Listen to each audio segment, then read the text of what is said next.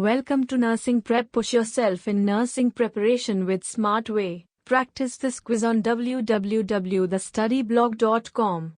Fundamentals of nursing. The nurse is most likely to report which finding to the primary care provider for a client who has an established colostomy? Option A. The stoma extends ½ inch above the abdomen. Option B. The skin under the appliance looks red briefly after removing the appliance. Option C. The stoma color is a deep red purple. Option D. An ascending colostomy just delivers liquid feces.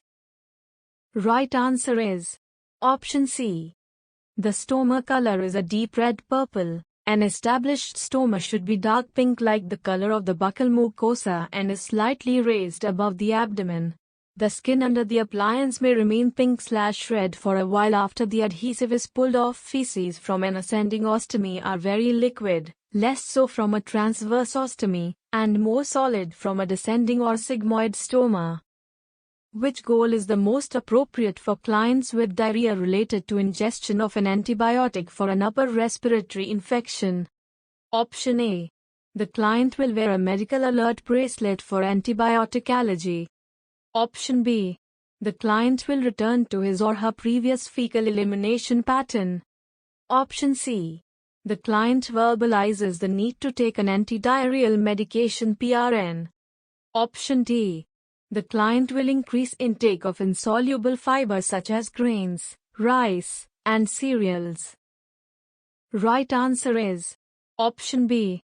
The client will return to his or her previous fecal elimination pattern. Once the cause of diarrhea has been identified and corrected, the client to return to his or her previous elimination pattern. This is not an example of an allergy to the antibiotic but a common consequence of overgrowth of bowel organisms not killed by the drug. Antidiarrheal medications are usually prescribed according to the number of stools, not routinely around the clock. Increasing intake of soluble fibers such as oatmeal or potatoes may help absorb excess liquid and decrease the diarrhea, but insoluble fiber will not. A client with a new stoma who has not had a bowel movement since surgery last week reports feeling nauseous. What is the appropriate nursing action? Option A. Prepare to irrigate the colostomy. Option B. After assessing the stoma and surrounding skin, notify the surgeon. Option C. Assess bowel sounds and administer antiemetic. Option D. Administer a bulk-forming laxative and encourage increased fluids and exercise. Right answer is Option B. After assessing the stoma and surrounding skin, notify the surgeon. The client has assessment findings consistent with complications of surgery. Irrigating the stoma is a dependent nursing action, and is also intervention without appropriate assessment. Assessing the peristomal skin area is an independent action, but administering an antiemetic is an intervention without appropriate assessment. Antiemetics are generally ordered to treat immediate postoperative nausea, not several days postoperative. Administering a bulk-forming laxative to a nauseated postoperative client is contraindicated. The nurse assesses a client's abdomen several days after abdominal surgery. It is firm, distended, and painful to palpate. The client reports feeling bloated. The nurse consults with the surgeon, who orders an enema. The nurse prepares to give what kind of enema? Option A. Soap suds. Option B. Retention. Option C. Return flow. Option D. Oil retention. Right answer is Option C. Return flow. This provides relief of postoperative flatus, stimulating bowel motility. Options 1, 2, and 4 manage constipation and do not provide flatus relief. Which of the following is most likely to validate that a client is experiencing intestinal bleeding? Option A. Large quantities of fat mixed with pale yellow liquid stool. Option B. Brown, formed stool. Option C. Semi-soft tar-colored stools. Option D. Narrow, pencil-shaped stool. Right answer is option C. Semi-soft tar-colored stools. Blood in the upper GI tract is black and tarry. Option 1 can be a sign of malabsorption in an infant. Option 2 is normal stool. And option 4 is characteristic of an obstructive condition of the rectum.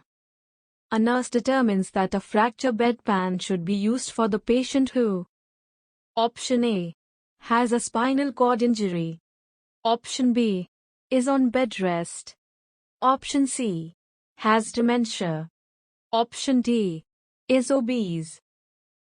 Right answer is option A, has a spinal cord injury. A fracture bedpan has a low back that promotes function of the patient's lower back while on the bedpan. A patient with the diagnosis of diverticulosis is advised to eat a diet high in fiber. What should the nurse recommend that the patient eat to best increase the bulk and fecal material? Option A, whole wheat bread. Option B, white rice. Option C, pasta. Option D, kale. Right answer is option D, kale. Kale is an excellent source of dietary fiber. A serving of 3.5 ounces of kale contains 6.6 grams of dietary fiber. One slice of whole wheat bread contains only 1.5 grams of dietary fiber. A serving of a half cup of white rice contains only 0.8 grams of dietary fiber. A serving of 3.5 ounces of cooked pasta contains only 1.6 grams of dietary fiber. Which statement by a patient with an ileostomy alert the nurse to the need for further education? Option A, I don't expect to have much of a problem with fecal odor. Option B, I will have to take special precaution to protect my skin around the stoma. Option C, I'm going to have to irrigate my stoma so I have a bowel movement every morning. Option D, I should avoid gas-forming foods like beans to limit funny noises from the stoma. Right answer is option C. I'm going to have to irrigate my stoma so I have a bowel movement every morning. This statement is inaccurate in relation to an ileostomy and indicates that the patient needs more teaching. And ileostomy produces liquid fecal drainage that is constant and cannot be regulated. The odor from drainage is minimal because fewer bacteria are present in the ileum compared with the large intestine. A practitioner orders a return flow enema, Harris flush drip, for an adult patient with flatulence. When preparing to administer this enema, the nurse compares the steps of a return flow enema with cleansing enemas. What should the nurse do that is unique to a return flow enema? Option A, lubricate the last 2 inches of the rectal tube. Option B, insert the rectal tube about 4 inches into the anus. Option C, raise the solution container about 12 inches above the anus. Option D, lower the solution container after instilling about 150 milliliters of solution. Right answer is option D, lower the solution container after instilling about 150 milliliters of solution. Lowering the container of solution creates a siphon effect that pulls the instilled fluid back out through the rectal tube into the solution container. The return flow promotes the evacuation of gas from the intestines. This technique is used only with a return flow enema. A nurse discourages a patient from straining excessively when attempting to have a bowel movement. What physiological response primarily may be prevented by avoiding straining on defecation? Option A, incontinence. Option B, dysrhythmias. Option C, fecal impaction. Option D, rectal hemorrhoids. Right answer is option B, dysrhythmias. Straining on defecation requires the person to hold the breath while bearing down. This maneuver increases the intrathoracic and intracranial pressures, which can precipitate dysrhythmias, brain attack, and respiratory difficulties. All of these can be life-threatening. The loss of the voluntary ability to control the passage of fecal or gaseous discharges through the anus is caused by impaired functioning of the anal sphincter or its nerve supply, not straining on defecation.